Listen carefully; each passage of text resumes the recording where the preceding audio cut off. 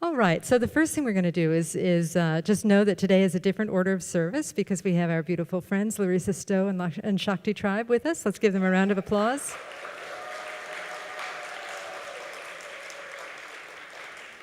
Thank you. And then we're going to bless our youth, but before we do that, I want to make a flower dedication. You see these lovely flowers here today?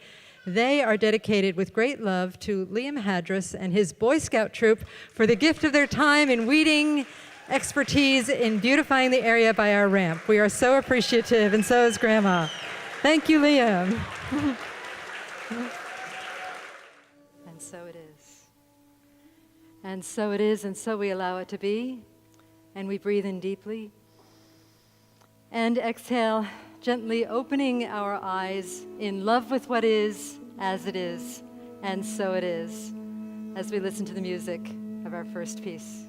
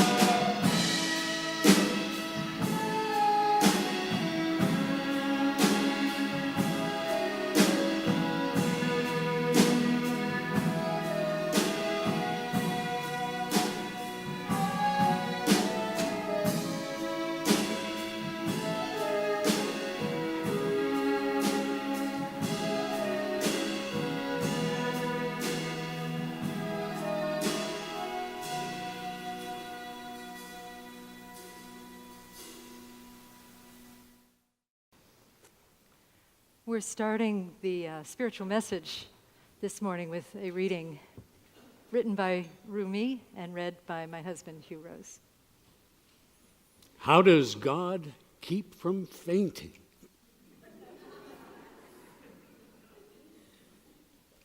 The wonder of water moving over that rock in the stream justifies existence. The swish of a horse's tail. Again, I am stunned by the grandeur of the unseen one that governs all movement. I resist looking at the palms of my hands sometimes. Have you ever gotten breathless before a beautiful face? For I see you there, my dear.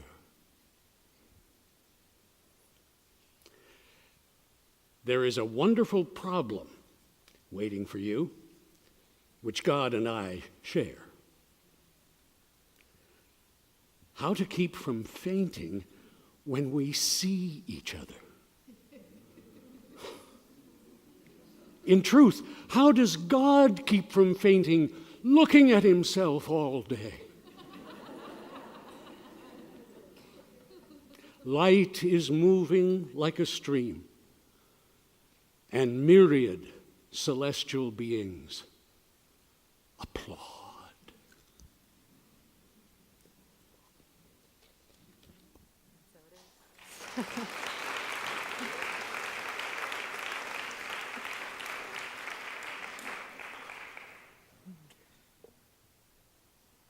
Okay, I want that. Oh, thanks. Thank you. Thank you so much. If you want to just pop it right there, that would be awesome. Thanks so much. Yeah, that's perfect. Thank you. I thought it would be undignified if I lifted it myself. Thank you, Richard. You did a good job. You were very dignified, too. Yeah. Oh, goodness. So how does God keep from fainting? Seriously. It's, when you think about this beauty, this place where we live called the planet Earth and the universe and all of the mystery and all of the glory and all of the grace and everything, I say to myself sometimes when I'm driving around Ventura County, God could have stopped with just creating the ocean. That's magnificent in itself, or the flowers. Those are wonderful too, but instead we have infinity. In our featured book this month, it's called The Exquisite Risk by Mark Nepo. And he talks about how eternity waits for you in every single moment.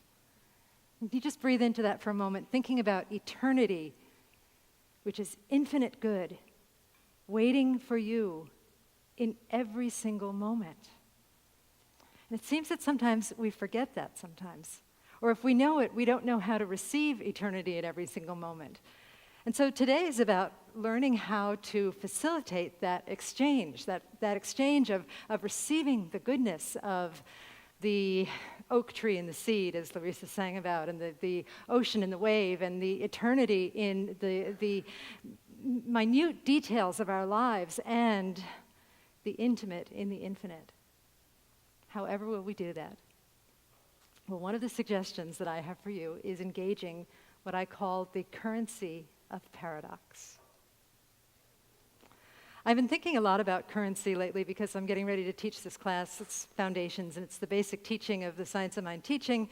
And I've rewritten it so that it's more relevant for this church, for this center, where we talk a lot about absolute reality and paradox and all kinds of things that we do that are within the scope of the science of mind teaching, but more on the mystical side of the science of mind teaching. And part of my design of that class, I was talking to a bunch of leaders about it and deciding that we wanted to make classes accessible for everyone. So how can we do that and still maintain the fiscal integrity of the church? So we started doing this thing called compassion pricing, which is really compassion currency. We're trying it out for this class, and we'll extend it to other classes if it feels like it's leading us in the right direction.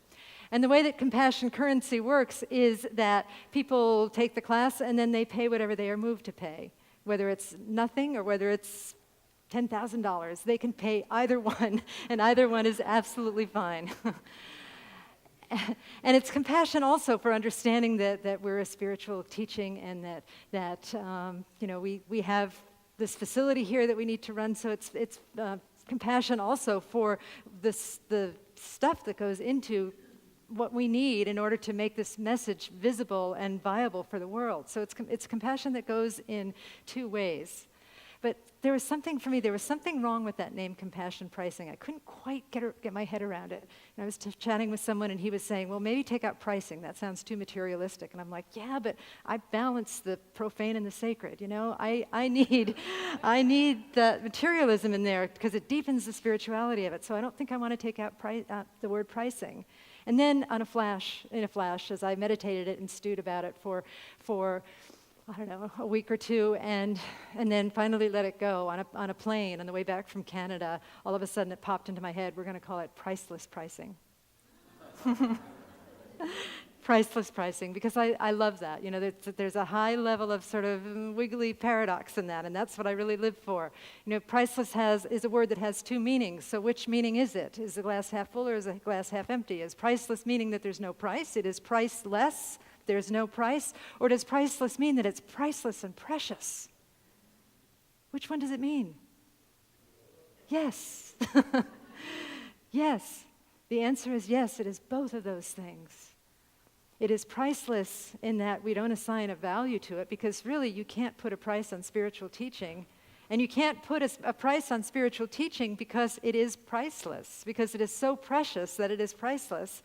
And also the act of giving to that which feeds you spiritually, that is also priceless. It is priceless for the receiver, and it is also priceless for the giver. So that's where we're going, and I hope it works. I don't know how I'm defining works, but I think probably works is that we engage deeper into this community relationship that we're forming here, and deeper into the paradox, and deeper into our vision, which is to be a center of love, where we aspire to be love, share love, and serve love. I believe that priceless pricing serves love.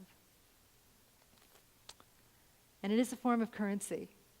You know, we're working with forms of currency all of the time. I just mentioned I was on a plane back from Canada last week, and I wasn't here. I went to Canada for a wedding. My husband is Canadian, and one of his relatives got married, and we went to a wedding on a freezing cold farm, but with lots of animals, which made me very happy.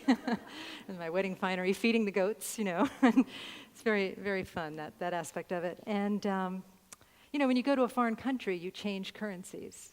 You have to exchange your American money for whatever country you're going to. In this case, it was Canadian money.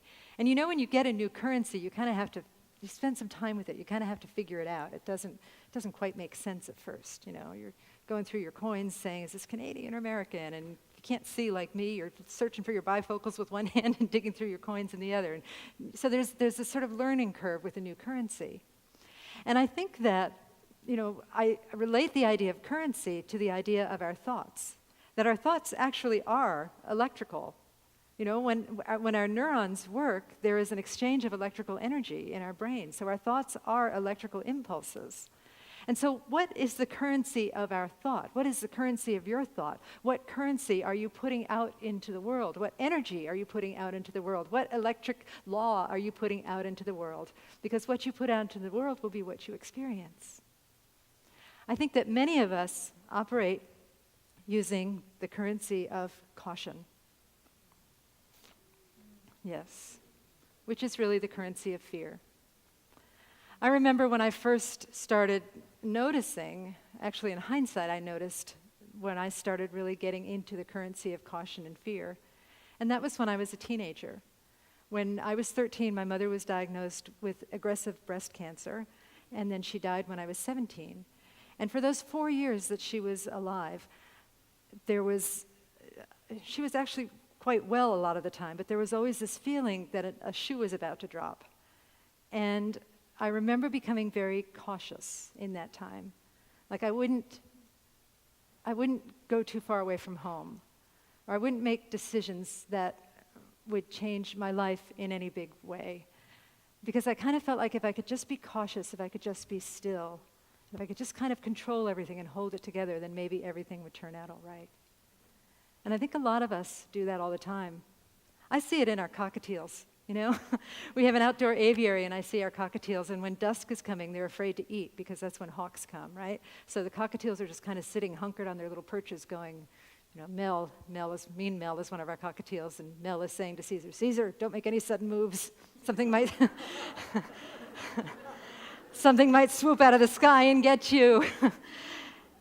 And I honestly think one of our practitioners who's on an extended road trip, but she's coming back soon, she's a scientist, and she always in class, she has a southern accent, she always in class reminds me, Reverend Bonnie, we are animals. We are animals. We are basically animals at our heart. And we do have a lot of that animal instinct, which I think is what causes us to operate from the layer and from the level of the currency of caution and fear. So take a moment and look at your own life and see if there are places where you are holding yourself back based on caution and the currency of fear, or the currency of not enough, which is just another form of fear, or the currency of inadequacy, which is another form of fear, or the currency of worthlessness, which is another form of fear. The currency of undeserving is another form of fear. Take a moment and look at your life and see if there's any place where the currency of fear is thriving. And then see if perhaps, now that you've noticed it, you can befriend it and transcend it by embracing it, by engaging a different form of currency, which I call the currency of paradox. You know, in old metaphysics, we used to stamp out the things that we didn't like about ourselves. Are there any children here? I'm getting ready to say something bad.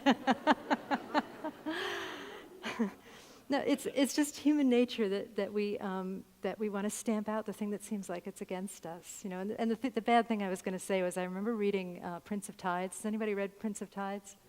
And do you remember what the main character, I can't remember his name right now, Tom Wingo, what he calls his sister's feminist group? He calls his sister's feminist group Women United to Stamp Out Penises. You just see him take that. Oh my God. I know. Sorry, guys. Sorry, guys. All right. Yeah, I know.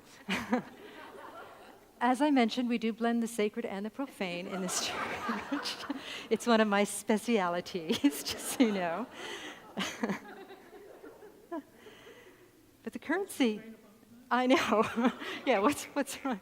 I know, it's anatomy, please, really. I could have used a worse word, but anyway.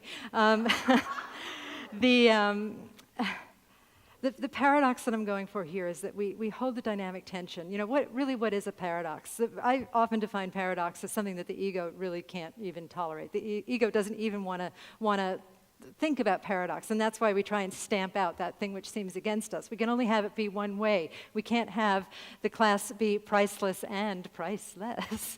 We can't have the glass be half full and half empty. It has to be one way, right? But the paradox within us is that which can hold things that seem like they're conflicts and can hold it and assume the tension that is created by that apparent conflict and then go beneath the conflict and find the richness that is the source of both of those seeming opposites, right? You know, I'm starting to define paradox now as it's not something that the ego can't stand. It's not that thing that we get to hold things that seem like they're opposite, but paradox is faith. Paradox is faith in the hidden unknown, in the wholeness that is beneath the appearance of all opposites and all brokenness. Paradox is faith.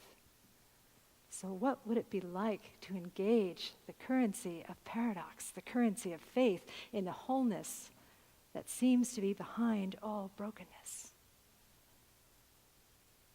I'll tell you what I think the biggest paradox is, the biggest paradox that I've ever encountered. I can't really say it's the biggest one because I just thought of like 3 more just popped into my head, which are equally as exciting. But it's the paradox that I'm intending to talk about today. And that is the paradox that in order to experience the fullness of our being, we have to be empty. What? How does that work? In order to experience fullness, we have to be empty. I'm not alone in this expression. It's part of the Christian tradition. There's this idea in Christianity, from the Greek word is kenosis, which means self-emptying. It's emptying ourselves. What we receive, we empty, and then we experience the greater yet to be through our emptying. It's in the Bible where Jesus says, I'll paraphrase it, whoever clings to his life shall lose it, but whoever dies to his own life, can't remember the exact words, what are the words? Whoever loses his life, thank you. Who said that? All right. Former Catholic front and center. All right, there you go. All right. Okay. Whoever clings to his life shall lose it, but whoever loses his life shall find it. And that's often interpreted as shall find it in me, shall find it in the Christ, shall find it in Jesus. But in this teaching, we know that Jesus does not mean just Jesus. Jesus is the Christ consciousness, which is the consciousness that I just spoke of. It is a consciousness that has faith in the wholeness that is beneath the appearance of all brokenness. It is Rumi's field. It is the consciousness of Rumi's field, right? The place beyond wrongdoing and right doing, where there is a field where I'll meet you there, and when the soul lies down in that grass, the world is too full to talk about. It's in the Buddhist tradition, too, the idea of letting go. I read an article recently that said that true compassion can only be experienced through emptiness. Because when we are empty, we don't recognize, the word compassion means to suffer with. So when we're full of it, when we're full of our ego, we say, oh my God, that person over there is suffering. I need to take care of that person. I need to alleviate their suffering so I don't suffer over their suffering, right? True compassion is recognizing that your suffering is my suffering. And as I empty myself, I can embrace that with the consciousness of wholeness that recognizes that there is purpose and power and direction beneath your suffering. I also read about this idea. It's so funny. I read this book as a child, probably when I was about 13 or so. I read the book about Christian Barnard, who was the first surgeon who did a human-to-human heart transplant. And this line stood out in my mind for years. It was, how old am I? I just turned 59. So I don't know, you do the math. It was a long time ago. But he said in that book, you find your life by giving it to others. So even a heart surgeon knows that. And the thing is that we know it too. We absolutely know it, that there is a greater yes that is seeking expression through us. But before we get to that yes, we have to embrace all of the no that is in there, all of the clinging to our lives, all of the stuff that gets in the way, all of the linear thinking, all of the logic and all of the stuff that seems like the opposite of faith. We have to embrace all of that so that we can transcend it, so that we can hold it in that opposite of that yes. We can hold our yes and our no together, and we can put them into this great reconciling force that transforms them into something that is even more magical and mystical and wonderful than we ever imagined in our whole lives. Because there is something in you that wants to say yes to a great life. It's funny, I was reading in this book, The Exquisite Risk, and you get that that's sort of paradoxical too. We don't necessarily think of a risk as exquisite, do we? But it is an exquisite risk because it is. But anyway, it's Mark Nepo's telling his story in it, and for those of you who may or may not be familiar with Mark Nepo, he had a journey with cancer. He had I don't remember what kind it was, but it was a very aggressive form of cancer, and he had surgery and was eventually healed of it, but he went through that journey, and he writes a lot about that. And he said that prior to one of his first surgeries, they gave him some preoperative medication that was something, I believe he said it was Ativan. And they left him alone with a strong dose of Ativan in him.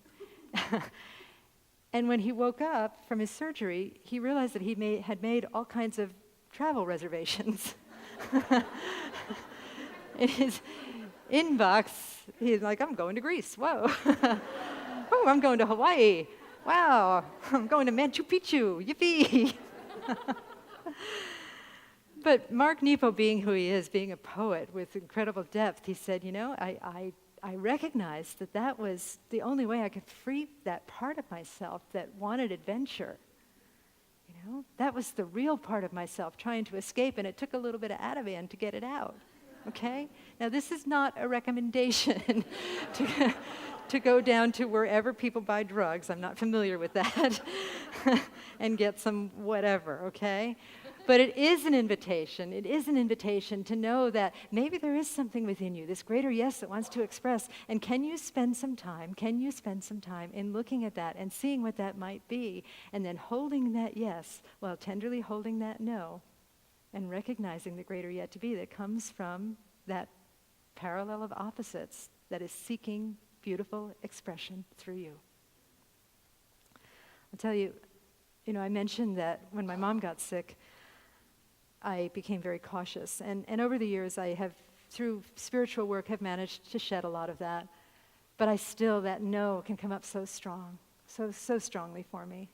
It came up when somebody asked us if we would adopt a puppy, this purebred puppy. And I was like, we don't want a dog. My husband said the same thing. We don't want a dog. And those of you who know me know this story, know that, I don't know how many years, 15 years later, we have 3 dogs and we're obsessed with them, okay? Same thing with church, with running a church. When this job opened up, I had a feeling I was supposed to at least interview for it, but when I interviewed for the job and I was in my car, I had not even gotten to California Street, and I was already calling the competition for the job, who was a friend of mine. I was saying, dude, you can have it. There's no way. It's too hard. I can't do that job. Hello. Going to India was the same thing, I got this call to go to India. I knew I was supposed to do it, but I held that strong yes and that strong no, and then next thing you know, I'm on a plane to India. So it's chipping away bit by bit. And, the reason that I'm speaking about this, the reason why it's so fresh for me is that when I was in Canada, I decided to go ziplining. Yeah, I know. And, I am afraid of heights. Anybody here afraid of heights? Right? So when you're afraid of heights, ziplining is not the first thing on your to-do list, but my husband asked me what I wanted for my birthday, and out of the blue, I say, let's go ziplining when we're in Canada.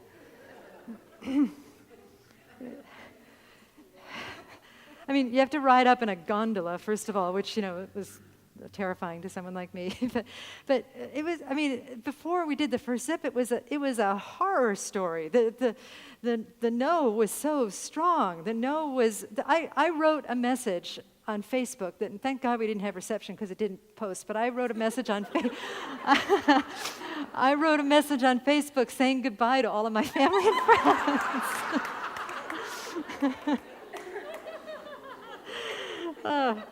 And then, they give you this thing which looks like a bunch of dog collars that you kind of like strap around your pelvis, and that's supposed to hold you up. And then they sit you down for safety training, and they tell you, there's sharp vertical drops, and I had already warned them. When I get, I'll warn you too. When I get stressed, my language gets very colorful. Okay, so there's sharp vertical drops. Bonnie's beep, beep, beep, beep, beep, beep.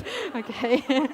There's going to be, you may go up to speeds of 45 miles an hour. Beep, beep, beep, beep, beep, beep, beep. And, if you're pregnant, you shouldn't do this, but obviously that's not a problem. What do you mean by that? What are you implying? Are you implying that I'm old? I am old. I'm too old to get pregnant, thank goodness.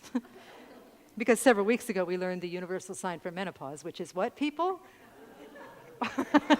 Right? Okay.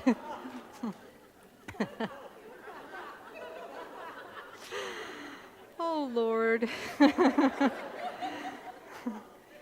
Who is possessing me today? Only one way to go from here is up, right? Right. But the point about the ziplining is that I had such a strong no, and my hands were shaking. And when you're going up to jump off the cliff, basically, it's like walking up a scaffold. So I'm singing the Salve Regina from the Dialogues of the Carmelites, and then I look down, and there's this whole busload full of school children standing there going to watch my takeoff. And I'm saying to the guide, I can't use my vocabulary right now because all of the children. So crossing myself, even though I've never been Catholic, but I played a nun in 2 operas, and then you go and you smack into the end, and you're like, oh my God, that was so much fun, I want to do it again.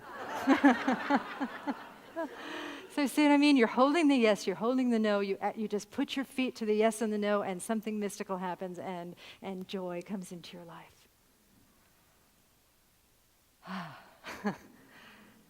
So the reason for this message is just to give you such an open-hearted invitation to, again, look at your life and see if there is a strong yes, something that is calling you that you've been putting on the back burner, something in yourself that you've been denying, some greatness that wants to express through you, and see it and just honor it and just respect it. You don't have to say yes to it yet, because over here is this no that is yapping at you, that's telling you that, well, you can't do that. And see that and honor that and respect it too. And then invite the two of them into Rumi's field, if you would. Just invite them to the center of your heart and hold the two of them together and reconcile them. Allow them to reconcile. You don't reconcile it yourself. You submit it to something that we call the third force, the law of three. And this great reconciling principle, which some of us call universal law, which some of us call the Holy Spirit, which some of us call God, which some of us call nature, it takes what you give it, and it creates something mystical and magical and wonderful and life-affirming and joy-affirming and love-affirming for each of you in a unique way that no teacher could ever tell you. It's your own unique, custom-made version of what your life is supposed to be. Because you heard the reading that Hugh said, that you're magnificent. God can hardly keep from fainting when God looks at you. Love gets the vapors. when love hears what you want to do with your wild and precious life. So say yes to your yes. Say no to your no. Hold them in the dynamic possibility, because when you do this, not only do you do it for yourself, you give permission for all of us. You give permission to those little children that walked out of the room to go to their classrooms when we sang, "You Are the Face of God." You give permission to the world to reconcile, to know that the yes isn't good and the bad isn't no, to know that they are both perfect together, to bring them into possibility and see what God can do through us, to lift ourselves up and to bless all beings everywhere. In the spirit of blessing beings everywhere, I'm going to have Hugh close with one more Rumi poem.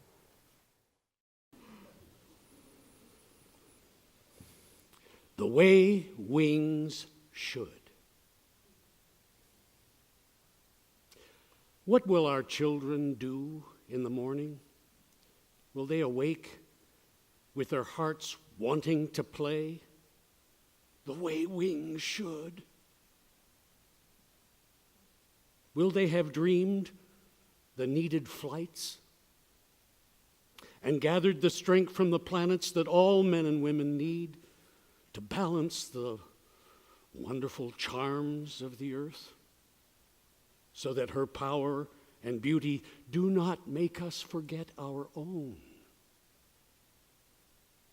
I know all about the ways of the heart, how it wants to be alive.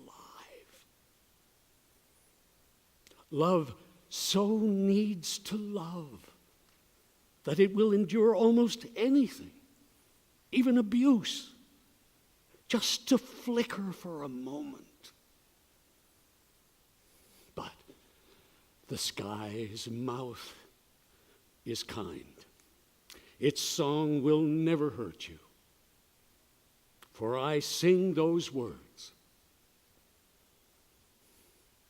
What will our children do in the morning if they do not see us fly?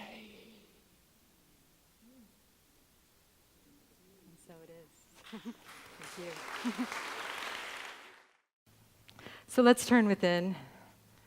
Let's take a moment just to breathe in and breathe out and settle into this wondrous being that is love, that is life, that is power, that is good. It is this being that we call God, wholeness, love, light, truth, higher power. Whatever it is we call it our own, because it is who we are. Just like we are waves in the ocean, we are also the ocean in the wave. And so we unify with this presence and this principle.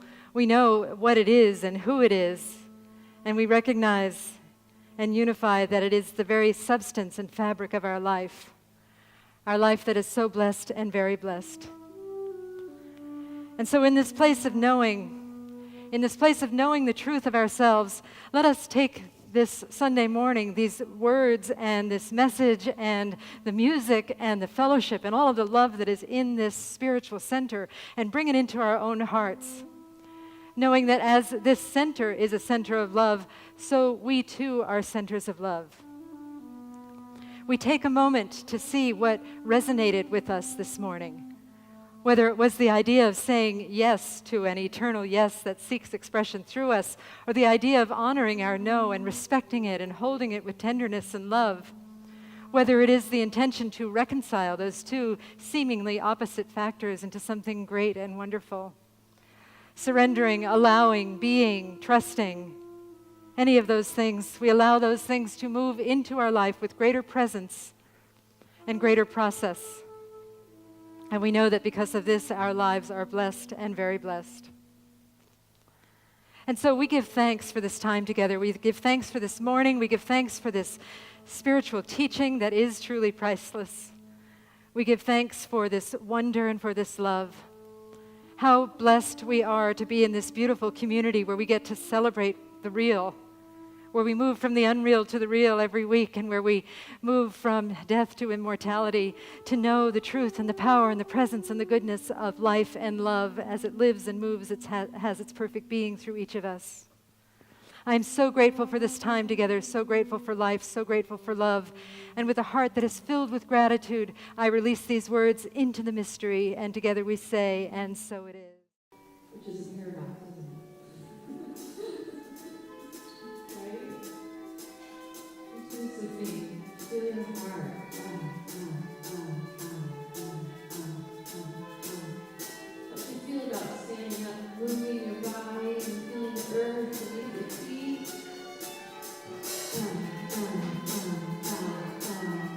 Giving sound to your heart. That we're alive together. We are the paradox. Feeling all that we feel. Accepting ourselves, loving ourselves. Just stand in those things that are not always the easiest, that can be painful in our lives. To love ourselves passionately and life passionately. Here we go.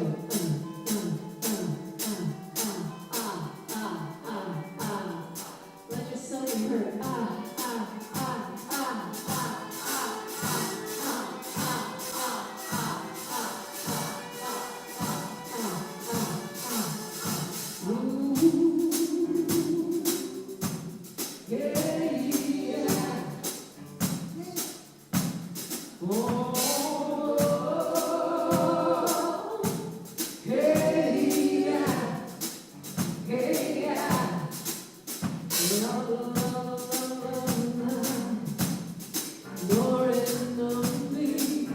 Let me hear you say that.